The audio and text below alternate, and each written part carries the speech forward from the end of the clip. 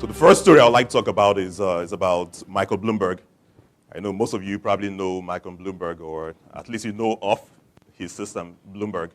He's a very modest guy. He named the company after himself.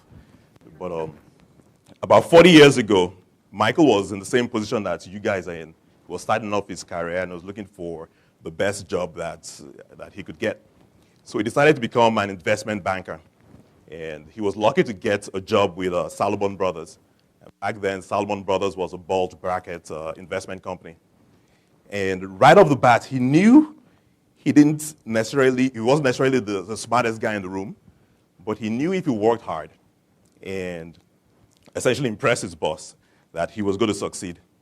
So like JJ talked about, he came in every day. He was the first in, last out, and it worked out. He became a partner in Salomon Brothers. He became head of equities trading.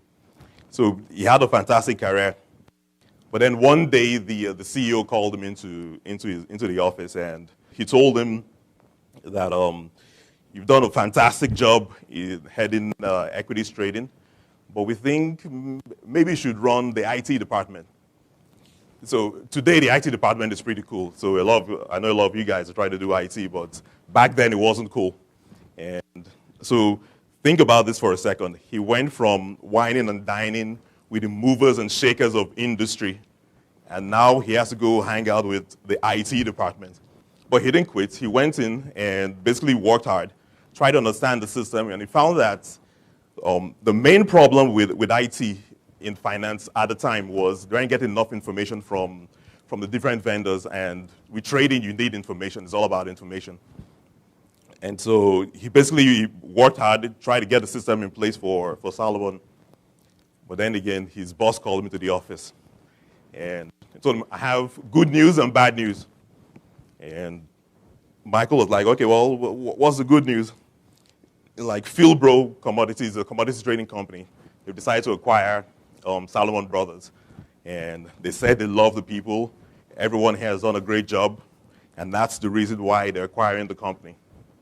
And it's like, okay, well, what's the bad news? And it's like, well, when I say everyone, I didn't mean everyone. He went home that night and I guess he went to a bar and was probably crying in his beer at the bar and probably holding up his $10 million check and saying, why do bad things have to happen to good people? But the next day, he essentially got up, took part of the money and set up Bloomberg. And today, Bloomberg is one of the leading fintech companies in the world, really. So opportunities are always there. And the opportunity that he saw was basically hanging out in the broom closet and figuring out that, look, financial companies need information. And that's what he did. So the second story I want to talk to you about is my story. It's about 21 years ago. I was probably in your position as well. And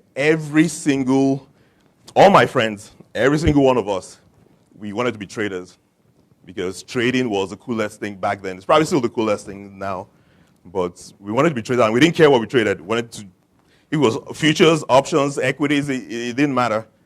We just wanted to be traders and live the life that we were sure traders lived. And so I applied to every single financial company in the UK. I was living in the UK then. I probably would send my resume to like a payday loan company because it had finance in the name. But I didn't get a response. I didn't get any positive response. I did get a couple of thanks for sending your resume to us. We'll put it in the database and should there be a match. I don't know if you guys have figured that out. That's probably a polite way of companies saying no. But after a while, when I was hungry, I went to go get a job as a software developer. Eventually, I got a job Citadel Investment Group. I don't know if you guys are aware of Citadel Investment. It's a hedge fund in Chicago. It's one of the biggest ones in the world, actually. And that was my chance. I was in. I was an IT guy, but I was in. And every opportunity I got, I went to go meet Ken Griffin, who's the CEO of Citadel. And I had a trading strategy, set up a meeting. Ken, you want to come talk about this strategy?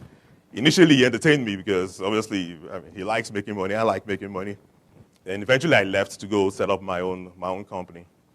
And I met with moderate success. It wasn't the success that I wanted, but it was okay. But then I sold the company, and then I was back to wanting to be a trader again. And I applied to, again, and I was in Chicago this time, I applied to pretty much every trading company. And one of them said yes. And I was an energy trader. So I started at the mid-sized trading company, and I was trading energy products. And initially, it all went well. I put in a bid, the market went up. I put in an offer, the market went down. I was making money. I was basically bending the markets to my will, and it was fantastic. The CEO called me in and was like, well, I knew you were great. That's why we hired you. I could tell you were a fantastic trader. I'm like, yeah, I agree. I wish the whole world had figured this out a long time ago. And then one day, the market profile changed. I put in a bid, it went down. I put in an offer, it goes up. And I just kept losing money, nonstop, weeks on end. And so the CEO called me to his office. And again, it's not a promotion. He basically said, your trading is it's not going so great. But you're great at IT, so we're moving you to the IT department. And I'm like, look, all my life I wanted to be a trader. This is really what I want to do. And he was like, well, look, we have issues with the risk management system, and we can't figure it out. We think you can figure it out. And I was thinking, well, I'm trying to figure out trading. But either way, I went and did the job, hoping that someday he might allow me to come trade again. So that never happened, and eventually I left. And like Bloomberg, I also went to a bar and sat down with my drink, and I had my check as well. My check had a lot less commas in it than Bloomberg's. As a matter of fact, once the taxman has taken off his share of the check, there wasn't any comma in it. Well, I was like, I held it up too. Like, why do bad things have to happen to good people? But then the next day, I started sending my resume out again, and I got a job as a trader again. But this time, right off the bat, I was trading badly. It just didn't work out. So here I was in my dream profession, and I still couldn't make it. So I was miserable. And the days when I was making money in the previous company, so you're done by 1:30, and you're walking on the streets, and you see people running off to go get their lunch and to go back to work, but you've made like $20,000 for that day, and you're just sitting down in the bar, and you're like, why do people have to work so hard? Why can't they just work smart? So you think you're actually a fantastic developer until you start losing money, and you realize it's really not that easy. So it was a miserable experience for me. And again, with that company, they had issues with their risk management system. And so I helped build it while hoping to trade. And I never got a second chance to trade. So I left, and I went to the bar.